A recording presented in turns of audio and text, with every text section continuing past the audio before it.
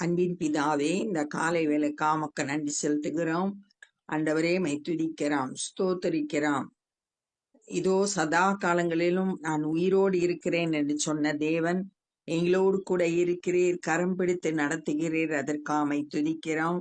சங்கீதக்காரன் சொல்லுகிறது போல, நான் எப்பொழுதும் உம்மோடு இருக்கிறேன், உமது வலது கரம் கைப்பிடித்து தாங்குகிறீர் என்று சொன்ன வசனத்தின்படி ஆண்டவரே, எங்க ஒவ்வொருவரையும் கைப்பிடித்து தாங்கி வழி நடத்தும்படியாய் ஜெபிக்கிறோம். இந்த நாளின் வேத தியானத்தை எங்களுக்கு ஆசீர்வதித்து தாங்க.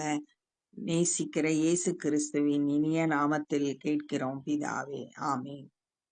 அப்போஸ்தலர் 20வது அதிகாரம் 13வது வசனம். பவுல் ஆசோ பட்டணம் வரைக்கும் கரை வழியாய் போக மனதாய் இருந்தபடியால் அவன் திட்டம் பண்ணி இருந்தபடியே நாங்கள் கப்பல் ஏறி அந்த பட்டணத்தில் அவனை ஏற்றி கொள்ளும்படி முன்னதாக அங்கே போயிருந்தோம்.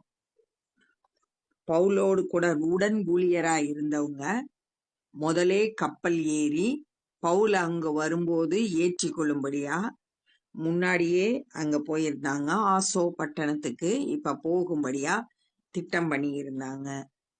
இப்ப நம்ம பவுலோட 3வது மிஷனரி பயணத்தை தியானித்து கொண்டு இருக்கிறோம். எங்கெல்லாம் போய் சுவிசேஷம் அறிவித்தார் அப்படின்றத பார்க்கிறோம். அவன் ஆசோ பட்டணத்திலே எங்களை கண்டபோது நாங்கள் அவனை ஏற்றி கொண்டு மித்திலேனே பட்டணத்திற்கு வந்தோம்.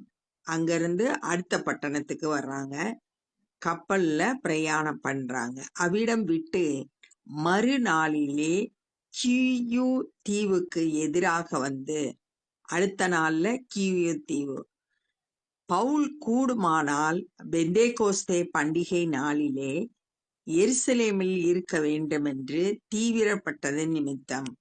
ஏற்கனவே 18வது அதிகாரம் 21வது வசனத்துல நான் பண்டிகையில எப்படியாவது எருசலேமில் இருக்க வேண்டும் அப்படின்னு சொல்லிட்டு அங்க சொல்றத நாம வாசிக்கிறோம்.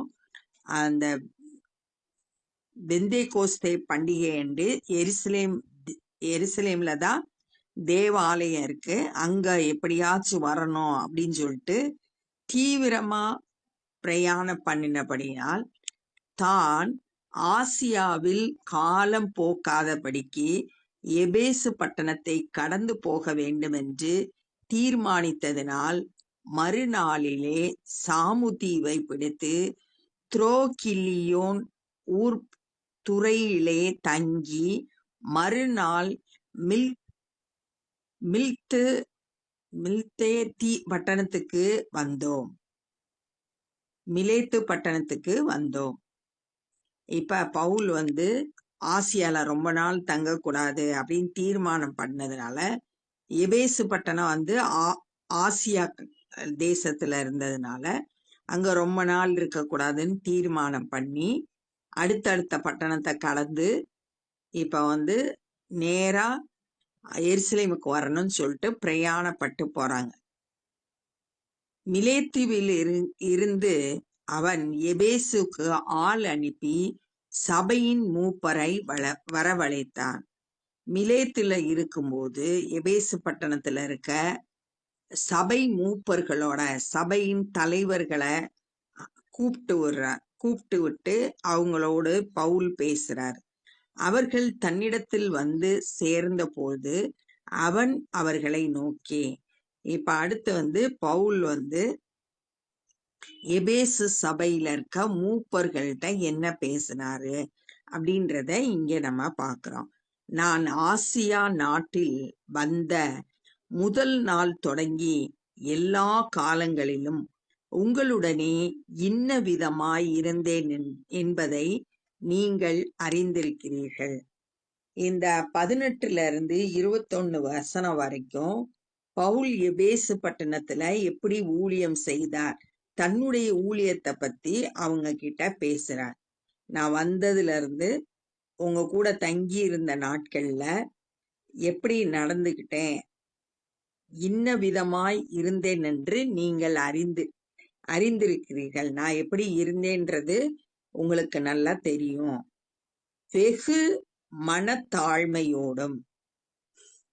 பவுல் தன்னுடைய அனுபவத்தை குறித்து சொல்றாரு. ரொம்ப தாழ்மையா நடந்து கொண்டாரு. 2வது மிகுந்த கண்ணீரோடும்.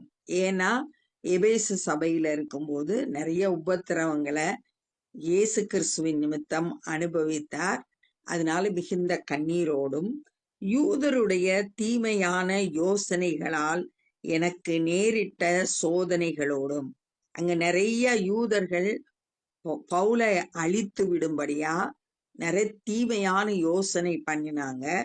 அந்த சோதனைகளோடும் பிரச்சனைகளோடு தான் நான் கர்த்தரை சேவித்தேன். எபேசு பட்டணத்துல இருக்கும்போது நான் நிறைய பிரச்சனைகளை சந்திக்க வேண்டியதா இருந்துச்சு. யூதர்கள் பவுலுக்கு விரோதமா நிறைய தீமையான யோசனைகளால நிறைய சோதனைகள் ஏற்பட்டது. பிரயோஜனமானவைகளில் ஒன்றையும் நான் உங்களுக்கு மறைத்து வைக்காமல், எது உங்களுக்கு பிரயோஜனமா இருக்கோ அதெல்லாம் நான் உங்களுக்கு சொல்லாம இருக்கல, எதையும் நான் மறைச்சு வைக்கல. வெளியரங்கமாக வீடுகள் தோறும் உங்களுக்கு பிரசங்கித்து, எல்லாத்தையும் எது உங்களுக்கு சொல்லணுமோ அதெல்லாம் வெளியரங்கமா உங்களுக்கு சொல்லியிருக்கேன். வீடுகள் தோறும், ஏன்னா அந்த நாட்கள்ல வீடுகள் தோறும் சபை கூடி வந்தது.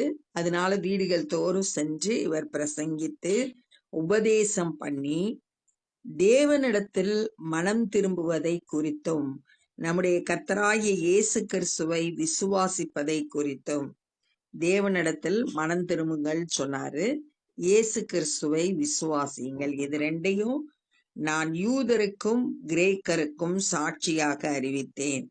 யூதருக்கும், கிரேக்கர் புறஜாதியினர், எல்லா ஜனங்களுக்கும் நான் இத அறிவித்து வந்தேன்.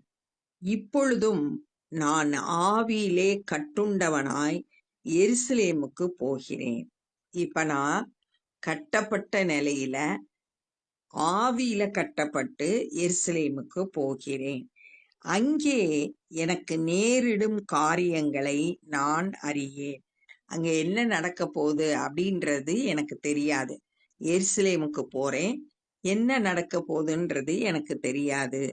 கட்டுகளும் உபத்திரவங்களும் எனக்கு வைத்திருக்கிறதென்று பரிசுத்த ஆவியானவர் பட்டணங்கள் தோறும் தெரிவிக்கிறதை மாத்திரம் அறிந்திருக்கிறேன். எனக்கு என்ன தெரியும்னா, எல்லா இடத்திலையும் எனக்கு பிரச்சனைகள் வைக்கப்பட்டிருக்கிறது, உபத்திரவம், கட்டுகள் இருக்கு அப்படின்றது பரிசுத்த ஆவியானவர் மூலம் எல்லா பட்டணத்திலையும் எனக்கு தெரிவிக்கப்பட்டிருக்கிறது என்பதை அறிந்திருக்கிறேன். இந்த பவுல் இயேசு கிறிஸ்துவை ஏற்றுக்கொண்டு சுவிசேஷ பணியை ஆரம்பித்த நாட்கள்லே தேவன் அனனியா மூலம் பவுலுக்கு, அனனியாட்ட பேசும்போது அப்போஸ்தலர் 9வது அதிகாரம் 16வது வசனம், அவன் என்னுடைய நாமத்தின் நிமித்தம் எவ்வளவாய் பாடுபட வேண்டும் என்பதை நான் அவனுக்கு காண்பிப்பேன் அப்படின்னு ஆண்டவர் பேசினாரு. அதன்படி எல்லா பட்டணங்கள்லயும் பவுல் உபத்திரவங்களை சந்தித்தார் அப்படின்னு சொல்லி, இயேசு கிறிஸ்துவின் நாமத்தை அறிவிக்கிறதுனால பல்வேறு உபத்திரவங்களை சந்தித்தார். அது மட்டும் எனக்கு தெரியும். ஆகிலும் அவைகளில் ஒன்றை குறித்தும் கவலைப்படேன். இதான் பவுலோட அனுபவம். இந்த 22ல இருந்து பின்னாடி இனிமேல் நடக்க போற காரியங்களை குறித்து பேசுறாரு. அதுல முதல்ல என்ன சொல்றாரு, எனக்கு நிறைய உபத்திரவங்கள் வந்தாலும் அதெல்லாம் குறிச்சு நான் கவலைப்பட மாட்டேன், கவலைப்படேன். என் பிராணனையும் நான் அருமையாக எண்ணேன்.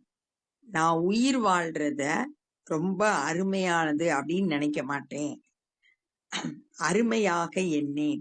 என் ஓட்டத்தை சந்தோஷத்தோட முடிக்கும் போது என் வாழ்க்கைய சந்தோஷமா முடிக்கணும். தேவனுடைய கிருபையின் சுவிசேஷத்தை பிரசங்கம் பண்ணும்படிக்கு நான் கர்த்தராகிய இயேசுவினிடத்தில் பெற்ற ஊழியத்தை நிறைவேற்றவும் விரும்புகிறேன். இயேசு கிறிஸ்து எனக்கு கொடுத்த அந்த ஊழியத்தை, கர்த்தரிடத்திலிருந்து பெற்ற ஊழியத்தை, கர்த்தர் எனக்கு கொடுத்த அந்த ஊழியத்தை, சுவிசேஷத்தை பிரசங்கிக்கிற அந்த ஊழியத்தை நிறைவேற்றும்படி விரும்புகிறேன். எனக்கு கொடுக்கப்பட்ட ஊழியத்தை நான் செய்து முடிக்கணும், அதுதான் என்னுடைய விருப்பம் அப்படின்னு சொல்லிட்டு சொல்றார். இங்க பவுல் தன்னை பெருசா நினைக்காம சுயத்துக்கு மறித்து கிறிஸ்து தனக்குள்ள மகிமைப்படணும் அப்படின்ற எண்ணத்தோட செயல்படுகிறத நம்ம பார்க்கிறோம். கடைசியில முடிக்கும் போது சந்தோஷத்தோடு என் ஓட்டத்தை முடிக்கணும், கிறிஸ்து எனக்கு கொடுத்த அந்த ஊழியத்தை நான் நிறைவேற்றி முடிக்கணும், அதுதான் என்னுடைய விருப்பம், என் உயிரை பத்திலாம் நான் கவலைப்படலை அப்படின்னு சொல்லிட்டு சொல்றாரு. கிறிஸ்து எனக்கு ஜீவன், சாவு எனக்கு ஆதாயம் அப்படின்னு சொல்லிட்டு பிலிப்பியர்ல கூட பவுல் சொல்றத நம்ம பார்க்கிறோம். அப்ப கிறிஸ்துவுக்கு ஊழியம் செய்யறதே தன்னுடைய விருப்பமா கொண்டு செயல்பட்டார். இதோ நான் உங்களுக்குள்ளே சஞ்சரித்து தேவனுடைய ராஜ்யத்தை குறித்து பிரசங்கம் பண்ணினதை கேட்டவர்களாகிய நீங்கள் எல்லாரும் இனி என் முகத்தை பார்க்க மாட்டீர்கள் என்று அறிந்திருக்கிறேன். தேவனுடைய ராஜ்யத்தை குறித்து அவங்களுக்கு எல்லாம் பேசினத நீங்க கேட்டிருக்கீங்க. பவுல் தன்னுடைய பிரசங்கத்தை நீங்க எல்லாம் கேட்டிருக்கீங்க. நான் உங்களோடு தங்கி இருந்து, எபேசு பட்டணத்துல தங்கி இருந்து அவங்களோடு அநேக காரியங்களை, தேவனுடைய ராஜ்யத்தை குறித்து அவங்களுக்கு பிரசங்கம் பண்ணி இருக்கிறாரு. அதெல்லாம் கேட்ட நீங்க இனிமேல் என் முகத்தை பார்க்க மாட்டீங்க என்று அறிந்திருக்கிறேன் அப்படின்னு சொல்லிட்டு இனி நடக்க போற காரியங்களை அவங்களோட பேசுகிறத பாக்குறோம். இப்ப இந்த நாள்ல நம்ம என்ன கற்றுக்கொண்டோம்னா, பவுல் ஆசோ பட்டணத்துக்கு போய் அங்கிருந்து அடுத்தடுத்த பட்டணங்களா போய் கடைசியில மிலேத்து பட்டணத்துல இருந்தாரு. அங்க இருந்து எபேசு பட்டணத்துல இருக்கிற மூப்பர்களை கூப்பிட்டு அவங்களோடு பேசின காரியத்தை தியானிச்சோம். முதல்ல எபேசுல இருந்தப்ப அவர் எப்படி ஊழியம் செய்தார் அப்படின்றத 18 இருந்து 21 வரைக்கும் சொல்றாங்க. நான் மிகுந்த மனத்தாழ்மையோட கண்ணீரோட அங்க யூதர்கள் மூலம் தீமையான யோசனையினால பல்வேறு சோதனைகளை சந்திக்க வேண்டி இருந்துச்சு. இவைகளோடு நான் கர்த்தரை சேவித்தேன், கர்த்தருக்கு ஊழியம் செய்தேன் அப்படின்னு சொல்லிட்டு எபேசு பட்டணத்துல தன்னுடைய ஊழியத்தை குறித்து சொன்னாரு. எதையும் நான் மறைச்சு பேசல, உங்களுக்கு பிரயோஜனமானதை எல்லாம் நான் உங்களுக்கு உபதேசம் பண்ணினேன். தேவனிடத்துல மனம் திரும்பணும், இயேசு கிறிஸ்துவை விசுவாசிக்கணும், இதெல்லாம் குறித்து எல்லா மனுஷருக்கும், யூதரா இருக்கிறவங்களுக்கும் புறஜாதியினருக்கும் பிரசங்கம் பண்ணேன். இப்போ நான் எருசலேமுக்கு போறேன். ஆனா அங்க என்ன நேரிடும் எனக்கு தெரியாது. ஆனா ஏற்கனவே எல்லா பட்டணத்திலும் எனக்கு உபத்திரவம் வைக்கப்பட்டு இருக்கிறது அப்படின்னு சொல்லிட்டு பரிசுத்த ஆவியானவர் எனக்கு சொல்லி இருக்கிறாரு. ஆனா அதை பத்திலாம் நான் கவலைப்பட மாட்டேன். என் உயிரையும் பெருசா அருமையா நினைக்க மாட்டேன். அப்ப தன்னுடைய உயிரையும் கொடுக்கறதுக்கு ஆயத்தமா இருந்தாரு. ஆனா அவருடைய விருப்பம் எல்லாம் தன்னுடைய ஓட்டத்தை சந்தோஷமா முடிக்கணும், தேவன் கொடுத்த சுவிசேஷ ஊழியத்தை, தனக்கு கொடுத்த ஊழியத்தை நிறைவேற்றி முடிக்கணும், இதுதான் அவருடைய விருப்பமா இருந்தது. அவர் எபேசு பட்டணத்துல இருந்த போது தேவனுடைய ராஜ்யத்தை குறித்து அவங்க கூட பேசினாங்க. அதெல்லாம் கேட்ட நீங்க இனிமேல் என்னுடைய முகத்தை பார்க்க மாட்டீங்க, அது எனக்கு தெரியும் அப்படின்னு சொல்லிட்டு எபேசு சபையில இருக்க மூப்பர்களோட பேசினத இந்த நாள்ல தியானிச்சோம். இப்ப நம்ம ஜெபம் பண்ண போறோம். அன்பின் பிதாவே, இந்த நாள்ல நாங்க கற்றுக்கொண்ட வேத பகுதிக்காய் நன்றி செலுத்துகிறோம். ஆண்டவரே, பவுலுடைய வாழ்க்கையில ஆண்டவரே எப்படி கிறிஸ்துவுக்காக பணி செய்தார் அப்படின்றத தியானிக்க நீங்க கொடுத்த கிருபைக்காக மக்கள் நன்றி செலுத்துகிறோம்.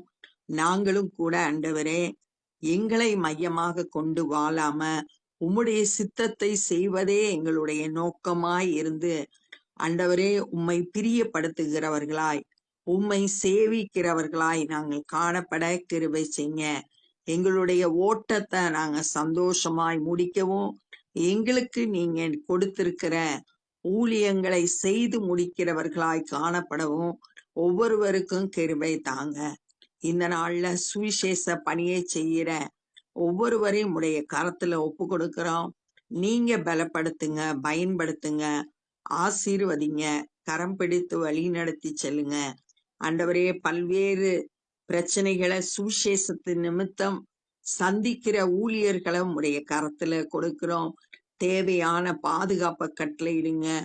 ஆண்டவரே நீங்க உடனிருந்து வழி நடத்துங்க, ஆசீர்வதிங்க, பலப்படுத்துங்க. ஆண்டவரே நாங்களும் தேவனுடைய ராஜ்ய பணியிலே எங்களால் இயன்றதை செய்ய கிருபை தந்து வழி நடத்துங்க. எல்லா துதி கன மகிமையும் உமக்கே செலுத்துகிறோம். நேசிக்கிற இயேசு கிறிஸ்துவின் இனிய நாமத்தில் கேட்கிறோம் பிதாவே, ஆமே. என் ஆத்துமாவே கர்த்தரை ஸ்தோத்திரி, என் முழு உள்ளமே பரிசுத்த நாமத்தை ஸ்தோத்திரி. என் ஆத்துமாவே கர்த்தரை ஸ்தோத்திரி, கர்த்தர் செய்த சகல உபகாரங்களை மறவாதே. ஆமே. God bless you.